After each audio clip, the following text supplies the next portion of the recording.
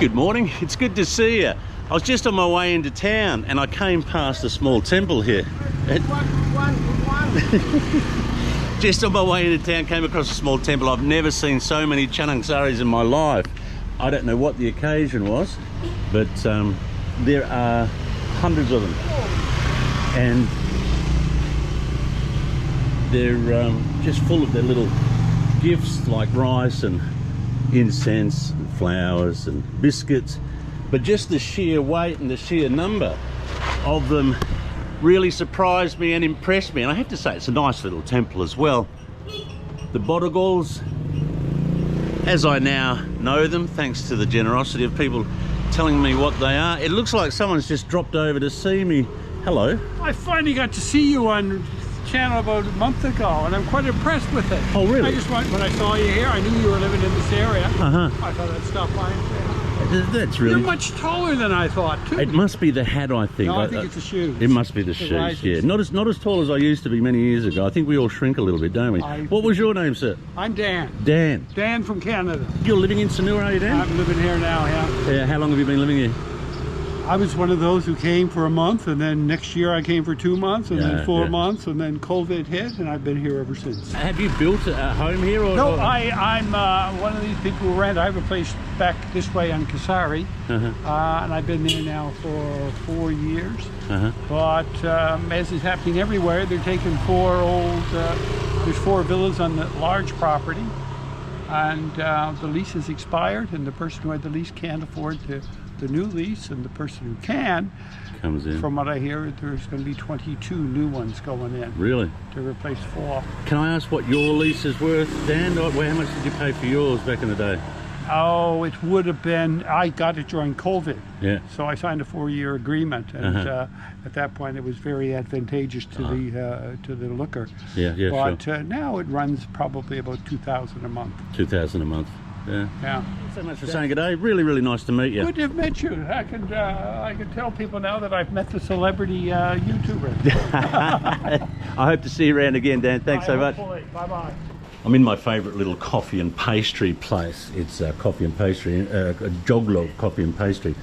The reason I'm here so early is the rain is playing absolute havoc with me today. So what I thought I'd do is I'm going to show you what happened, but I'm going to intersperse it with the places I like or I could consider as worthy of retiring to in the Asian region. I get asked a lot of times about, well, where would you retire, Wayne? And there's some very obvious places like where I am now, but there are also some other more removed areas that I think offer a great deal, and surprisingly not a lot of people know about them. So let's go back to the video, and I'll be back soon with my recommendations, or at least the places I think would suit me. Nice to meet you, mate. Thanks, eh? Oh, adios. I've come down the beach, the rain's set in, and it's going to be one of those days. I just got dragged over by a chap who watches the channel. He's just cycled through, one of the stands or something off to India. People out there doing their thing. We are confronted, ladies and gentlemen, with a very heavy rain. There's heavy lightning, there's heavy thunder. I'm not sure what we're going to get out of it, but we'll give it a go.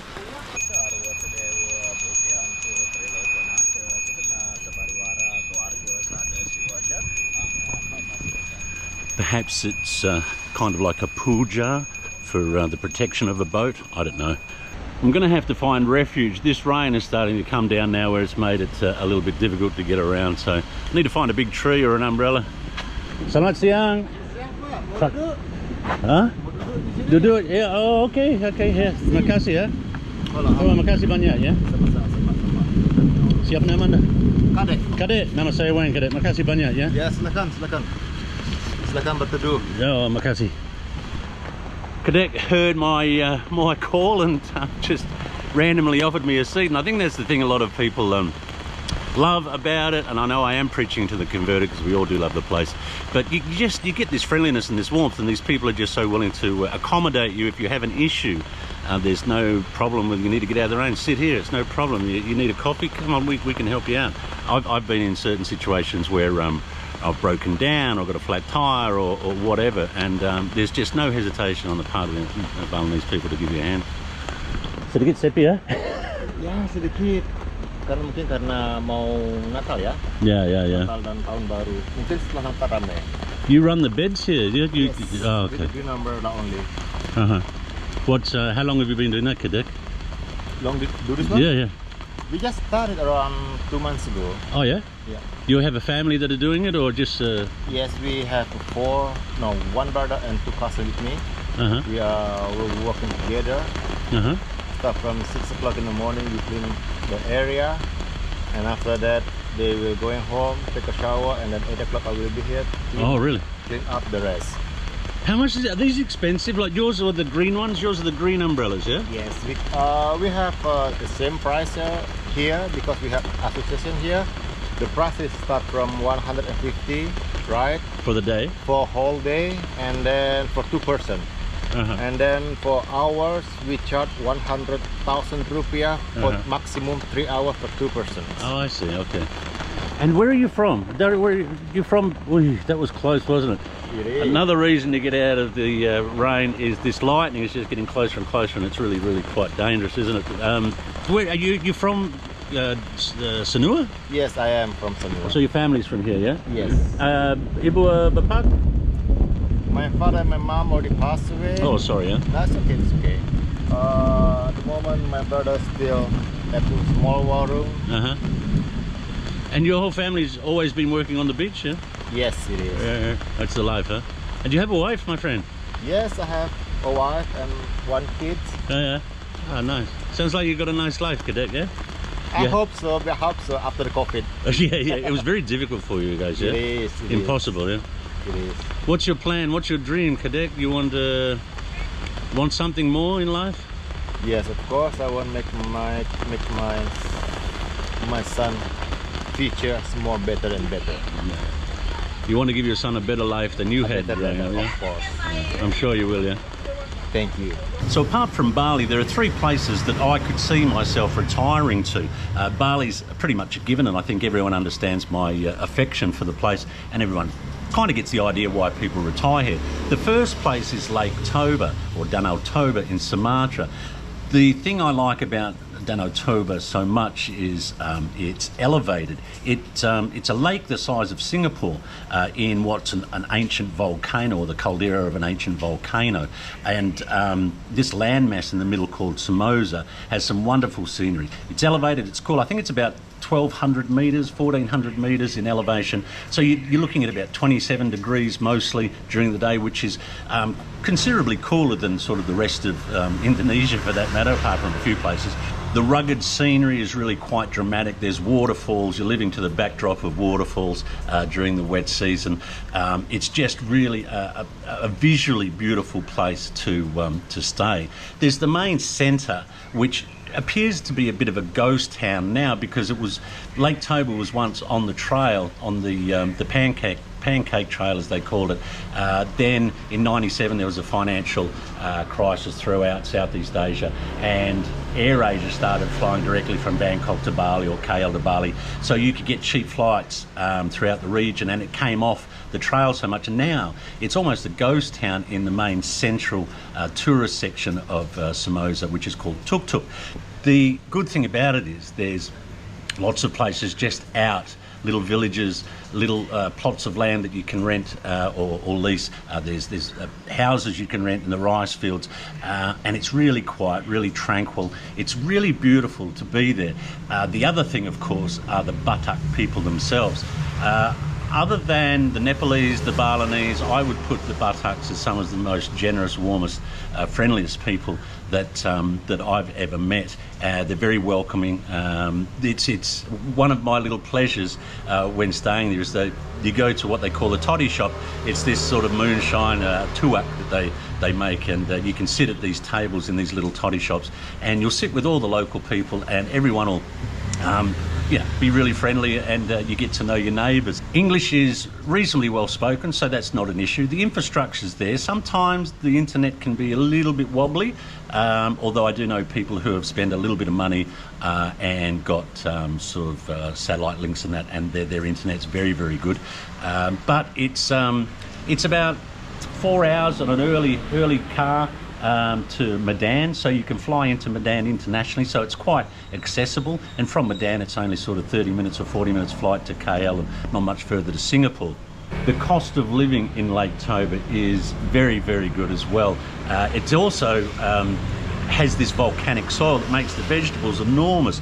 The cabbages and tomatoes, everything is sort of, you feel like you're in the land of the giants or something. There's that thing about some places, for some of us, when we find them, and it just feels like, we're there. Whenever I go back to Toba, as soon as I get off the ferry from Parapat to Somoza, the island in the middle, there's this, this sigh of relief, this sense of relief. It's just so calm and quiet and really, really wonderful. Another thing is that buttocks are wonderful singers, and sometimes you'll be sitting in your room or sitting on your porch, or me personally, swinging in a hammock, and wafting over the lake is you hear these beautiful, beautiful harmonies of the buttock singing.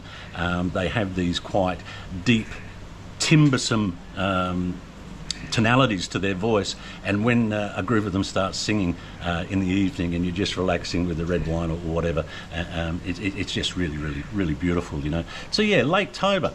I really, really think Lake Toba is somewhere to look at as a retirement option. The good thing, of course, is that Indonesia offers a retirement visa, where some of the other places are a bit trickier. Hello. Oh yeah. Remember? Oh yeah, maaf saya lupa nama Anda. Ketut Suletri. Ketut. Apa kabar, baik? Baik. Ya. Sedikit sepi hari ini ya? Hujan. Hujan ya. Mau kemana hari ini? Tidak ada kemana. Hey Pak, how are you? I think this is, do you remember the healer? I think this is the healer guy. Yeah. Healer? Oh, this is a Man, boatman. White t-shirt. white t-shirt man. You're the husband, I forgot. It's my husband. Yeah, maaf. Maafkan saya lupa nama Anda. Widama. Pleased to see you again, Widama. Sedikit sepi hari ini ya? Sepi. Yeah. Mau duduk di sini. No, I can't. I have to make video. Oh yeah. It's Raining? yeah, sedikit sulit, Yeah. Mungkin saya kembali untuk kopi ya. Ya. Makasih ya. It's often the case, and I'm really, really terrible for it. I talk to a lot of people, obviously, and they say, "Hey, good to see you again." And with my inability to remember where I am and my surroundings, and my facial recognition's absolutely atrocious. I feel a little bit embarrassed sometimes, just like them with Kutut, not remembering who she is. Might drop in there for a coffee later. A recreational fisherman's just on his way out. He's wading out to the outer reef. If you can see, there's one man, a fisherman around here. He's almost up to his armpits. I think it's probably a good day for them because there's relatively low swell or no swell. Well, good viewer, this weather seems to be dashing our hopes of pursuing any anthropological discoveries on where people come from and what they want. We're going to get off the beach, I think, and head down into the streets and see if we can find someone down there. It's absolutely deserted down here. I'll put the umbrella away because I'm pretty well soaked by now. Sudah punya Bu, ya. Sorry? Bali t-shirt? No, I have umbrella, I have t-shirt. You have shop, yeah? Yeah. Required. Sudah lama punya toko? Yeah? 1970. 1970? Yeah. You started the shop in 1970? Yeah. My goodness. Start open now. Start building 68. 68? Wow. Where you from? Australia? Australia, yeah. Friendly people. So more than 50 years, 55 years. Yeah, I'm 74. I am. Wow, you're looking very, very good, Boo, for No. 74. Just getting better. Do you still feel strong? You still, no? I just come back from hospital. Oh, is there a problem? My heart walks slow, and then my I said push the heart. Oh, Hard to breathe. oh. I've been hospital more than 8 times. Really? What can you do? The life can do nothing. You have to try, just keep going, yeah?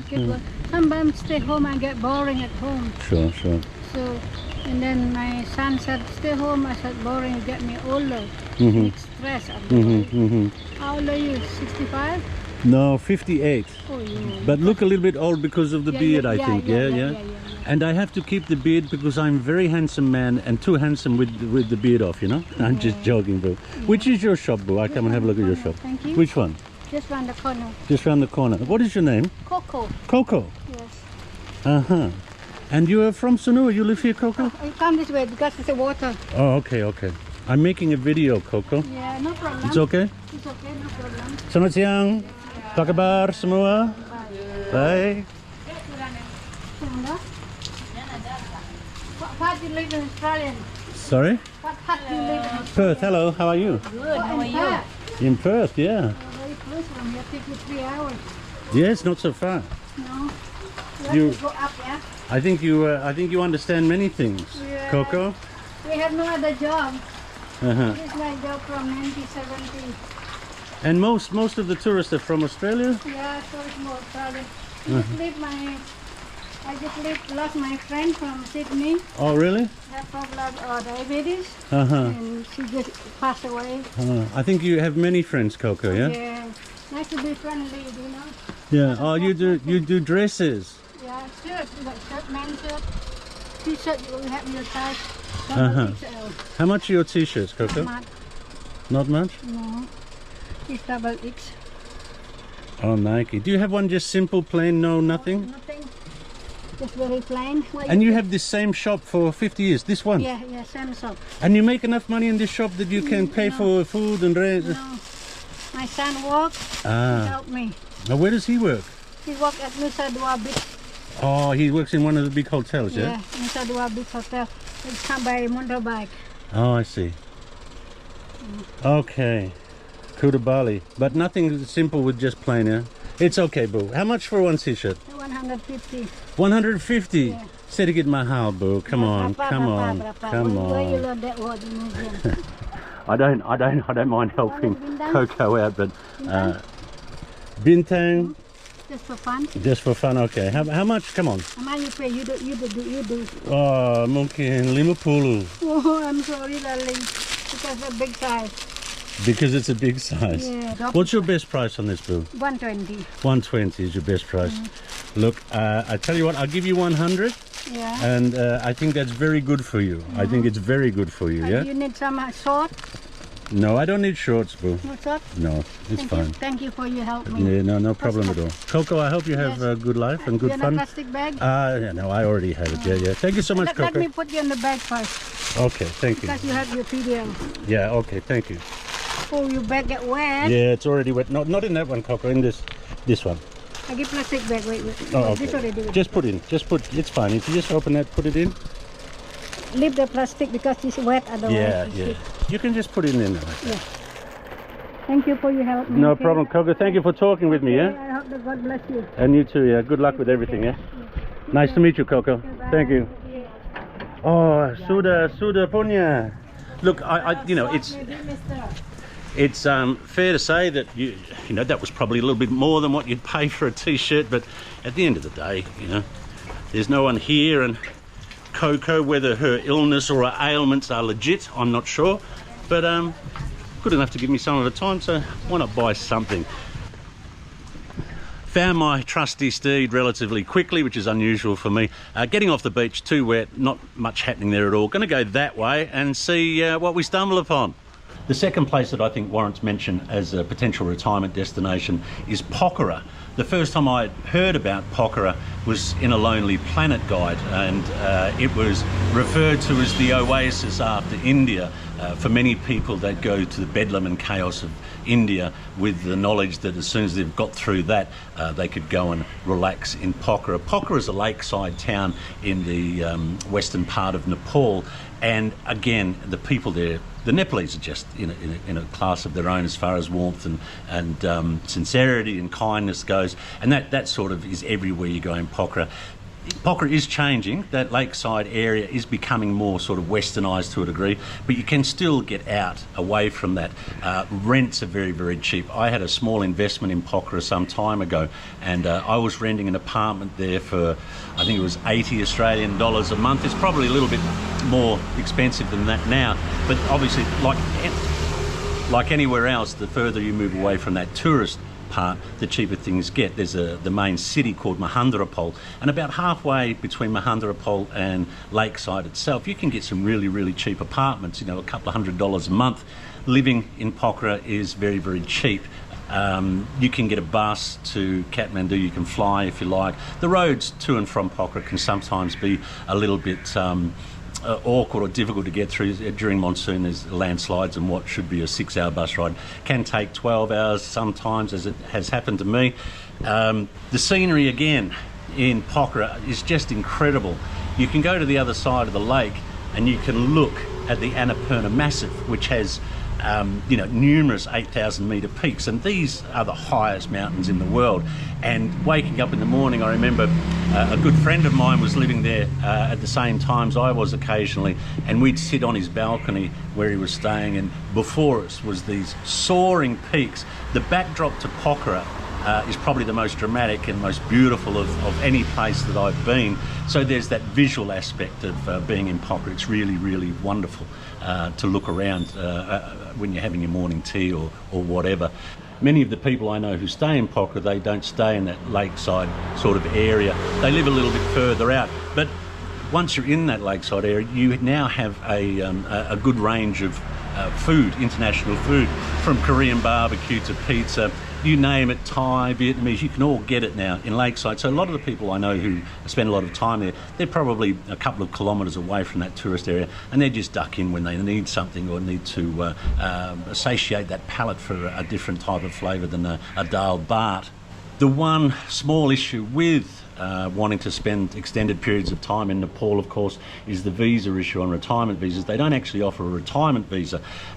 There's a couple of ways around this that I know of. There may be others.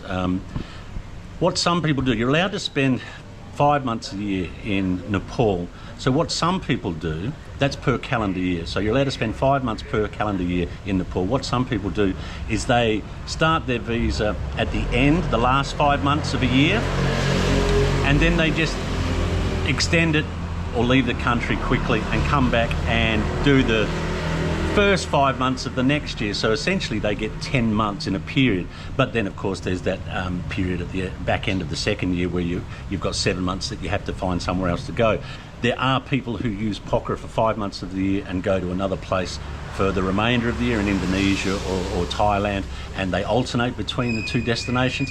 Some people register a business. This is a common way of getting around some things. They get a business visa, they have some sort of token venture going to tick the boxes of those visa requirements. I think I may have mentioned earlier that I'm really struggling today to find people to talk to because the weather just hasn't stopped raining. Walking down the street, Andrew and his partner, I forgot your name? My name's Tina. Tina, stopped me and said, "G'day, I'm really, really glad." But you're living here, guys, are you? We do. We Yeah. live about 200 metres down the road. Oh, right. Are you renting, or do you own your house? Or We have a long lease, yeah. We've got a long lease on this house, another 5 years to go. Oh, yeah. We're really lucky. We got a really good deal. how long have you had the lease? 5 years and 5 years to 5 go. years ago. Yeah. I missed out on the first year because COVID. Yeah, right. Got stuck in Melbourne, where I'm from, and came here for a couple of years, and then started running out of money.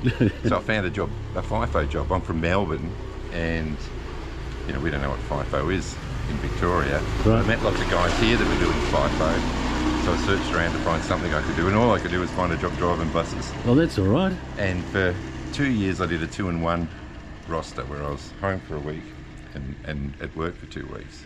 And then after I got a bit more experience, I got a 2-and-2 roster. Right. So now I'm 2 weeks here, 2 weeks. Do they fly you? Does the company fly you from there to here, or do you have to go to somewhere else and then fly? Work starts in Perth. Work starts So in Perth. I fly to Perth.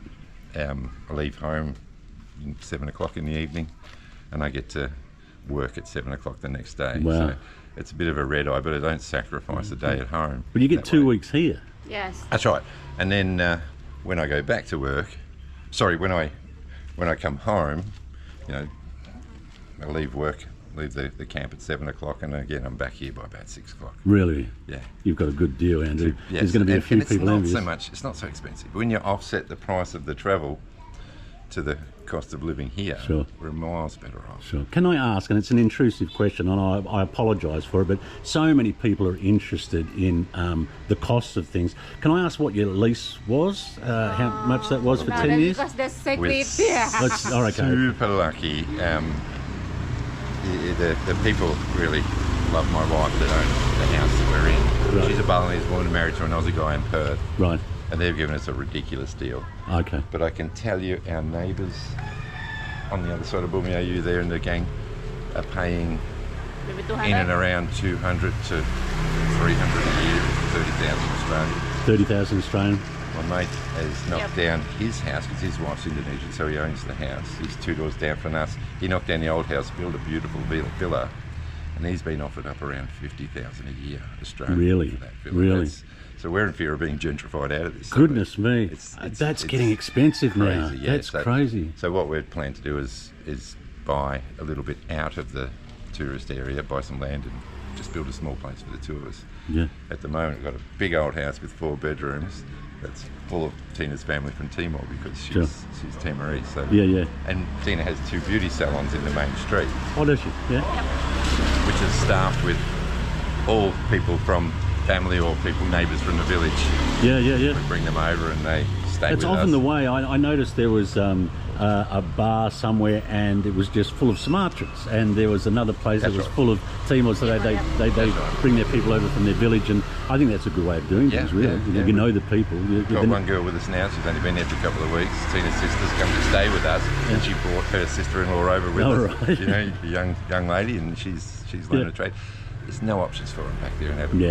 You know, Yeah, what yeah. she's doing here, she'd probably get about $50 a month for Yeah, right, over yeah. there, and It's a much better future. yeah. Yeah. Another personal question, just because everyone asks me all the time to ask these questions, they want to know the cost of things. A lot of people are thinking about Sanur and Bali as a retirement destination. Many now. It's too many. We've got to keep it quiet. I'm not very popular sometimes, let me tell you.